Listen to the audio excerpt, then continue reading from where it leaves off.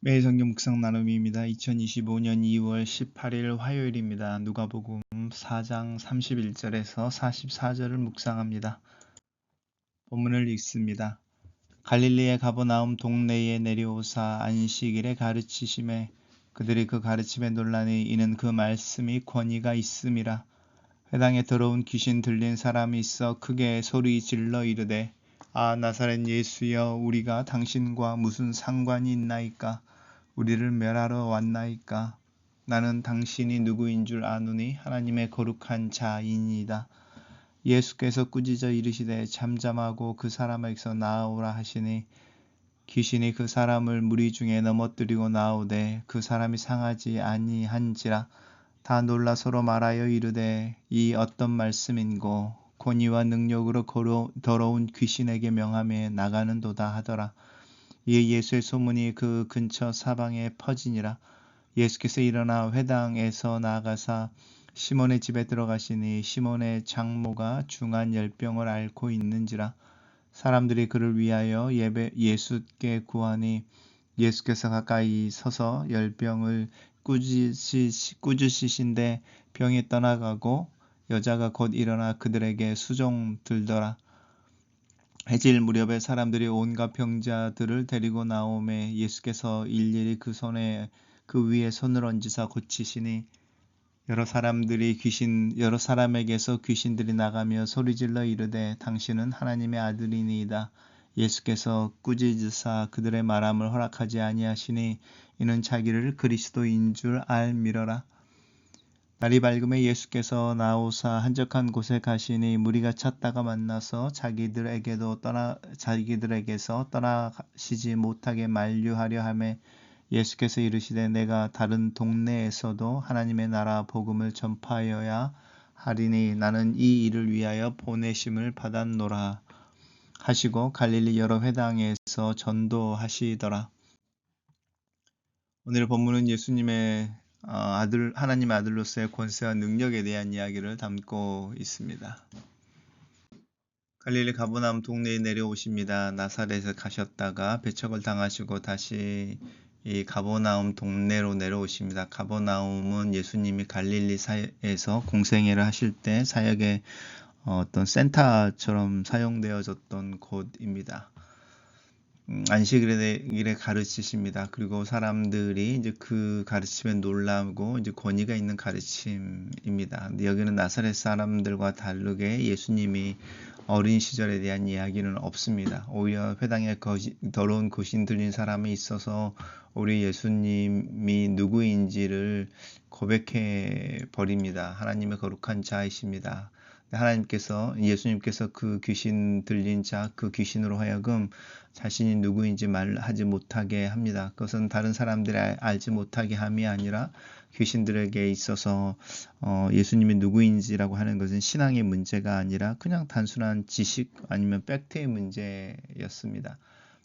그러나 이제 우리가 예수님을 하나님의 아들로 고백하는 것, 하나님의 거룩한 자라고 하는 이제 그리스도를 고백하는 것은 팩트의 문제를 넘어서 우리가 이제 그 고백 앞에 우리를 굴복시키는 의지가 담긴 믿음이 담긴 고백인 거죠. 예수님은 그런 고백이 아닌 단순히 팩트의 문제에 있어서는 귀신들로 하여금 그 일을 하지 못하게 하고 있습니다.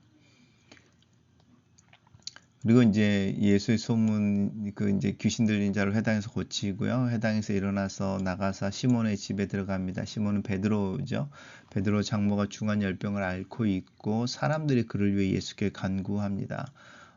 이제 시몬의 장모가 아프다 고쳐 주십시오. 이렇게 이야기할 때에 예수께서 고쳐 주시니 그 여자가 곧 이제 수종을 들었다. 그리고 이제 그날 온갖 사람들이 병자를 데리고 나온다고 하는 것은 베드로의 집에서인 거죠. 그리고 그날에 이제 많은 사람들이 고침을 받는데 특별히 귀신들이 나가며 하나님의 아들이다라고 외치면서 쫓겨나는 부분입니다. 하지만 동일하게 믿음이 없는 또 그 고백 앞에 행동으로 순종하지 않는 그런 고백에 대해서 예수님이 거절해 내십니다.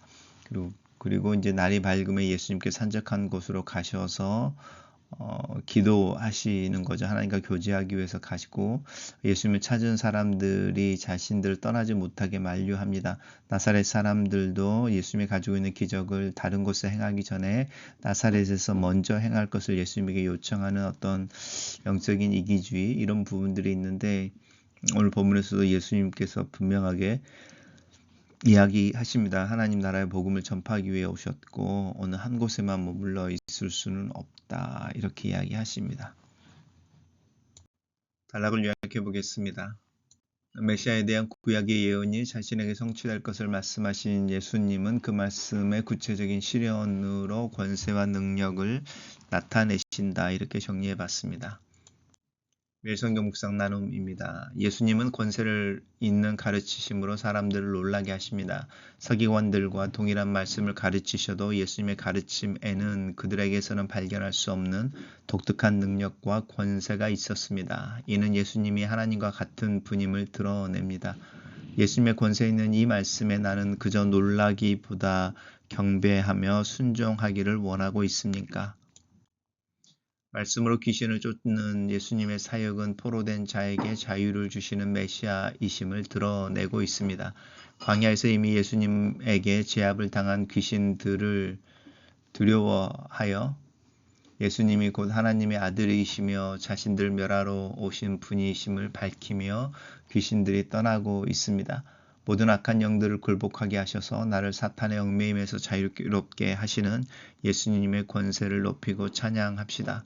시몬의 장모를 고쳐달라고 예수님께 구하는 사람들이 있는가 하면 각색 병든 자들을 예수님 앞에 데려온 숨은 봉사자들이 있었습니다. 나는 연약한 자들을 위해 어떤 봉사를 어떻게 하고 있습니까? 기도와 선행으로 그들을 도와야 합니다. 병 고침을 받은 시몬의 장모는 즉시 일어나 주님과 사람들을 섬깁니다. 치유의 은혜를 받은 자는 또한 치유의 손길을 전하기 위해 수고해야 합니다. 내 삶에서 받은 은혜는 누구에게 어떻게 전해지고 있습니까? 바쁜 사역 중에서도 한적한 곳으로 나아가 아버지 하나님과 교제하는 시간을 가지며 아버지께서 일하시는 현장에 가셔서 전도하시는 예수님을 봅니다. 예수님이 기적을 요구하는 사람들의 뜻보다 복음 전도를 요구하시는 하나님 아버지의 뜻을 따를 수 있었던 것도 하나님 앞에서의 기도하는 시간 때문입니다. 하물며 우리가 하나님의 뜻을 살려고 할 때 어떤 일을 하기 전에 하나님을 만나 먼저 들어야 하지 않을까요? 글로서는 기도입니다. 큰 권세와 능력의 예수 그리스도를 찬양합니다. 말씀을 가르치실 뿐만 아니라 권능으로 병자를 고치시고 권세로 귀신을 쫓아내는 예수 그리스도 앞에 섭니다. 내 마음 깊은 곳에서 나오는 예수는 그리스도시다라는 고백을 입으로 뿐만 아니라 내 삶의 행동으로 고백할 수 있기를 기도합니다. 주님 앞에서 내 마음의 머리를 숙이고 주님의 권위와 권세 앞에 또 주권 앞에 나를 내려놓습니다. 나를 가르치시고 인도하시는 또 하나님의 주님의 도우심을 경험하는 하루가 되게 은혜를 베풀어 주시옵소서. 예수님 이름으로 기도합니다. 아멘.